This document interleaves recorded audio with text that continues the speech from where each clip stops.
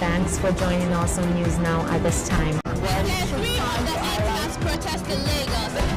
Thank you for joining us today on the newsroom. The Lagos State Emergency Management Authority has said for Western Media School, one Voduma, and the rampant illegal spectrum frequencies.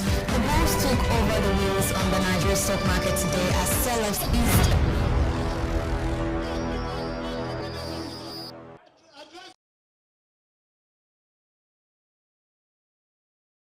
You can't travel on a wrong road for too long and expect to arrive at your destination early. Nigerians rode to nowhere. In 1999, after a windy period of military rule, Nigerians celebrated the advent of democratic governance, hoping that Obasanjo will bet the beginning of a new and prosperous Nigeria. Unfortunately, the long military rule, coupled with most military personnel who transmutated from military to civilian rule, created a military mentality that made Obasanjo turn himself into a headmaster, who treated the governors as errand boys who could be whipped into line for disagreeing with the headmaster, using state apparatus like EFCC, while corruption went on unabated. At the end, funds were wasted until date unaccounted for on a failed third-term bid. Umaru Musa Yar'Adua was subsequently promoted as president, and Nigerians celebrated the election of a graduate for the first time, even though he agreed that the election that brought him to office was far from free or fair. But he didn't last, and you don't want to go into the political intrigues until Goodluck Jonathan was allowed to come on board. In 2011, Nigerians again celebrated the election of a PhD holder as a president who claimed he had no shoes. But in 2015, after the man obviously have had some shoes, Nigerians wanted anybody but Jonathan. Away with his PhD.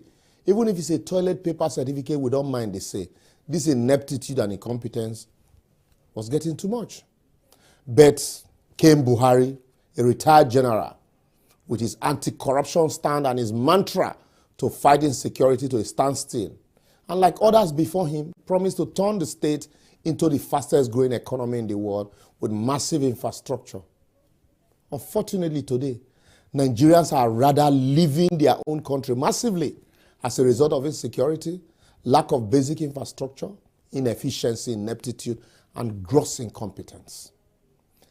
Yet, with the 2023 election fast approaching, Nigerians are yet again building hopes on the same political parties and candidates who will still overpromise and deliver nothing, not because they don't want to, but because they are handicapped by the constitutional structural defect of the country. You can't run a car on diesel and expect it to move like a car who's running on gasoline or fuel. It's not possible. Nigeria is a country with a federal constitution but managed as a unitary system. Yet, the people blindly expect election to bring them development. No be juju be that. No wonder governors like Ben Ayade, Godwin Obaseki, Nyesom Wike and co. during election can hawk appointment of special advisors on a tray like someone hawking akara, appointing almost every youth in the state as SA, yet have no sustainable development plan for creating gainful employment or creating a thriving private business climate that can create jobs for such youth. Even as funds are allegedly laundered through this SA appointment process, yet nobody is worried. Yet, we must all get fixated at the center. Look at all the states of the major contenders, Adamawa, Anambra, and Lagos. None of them can boast of a public pipe-borne water. Yet we are shouting, go and verify. I created Lagos, or I will unify Nigeria. We never start. But second base, Jerry. Countries only develop when they domicile infrastructural development in the hands of the managers at the local level, except in the case of a dictator. Or maybe after the presidential election, we're expecting a dictatorial president.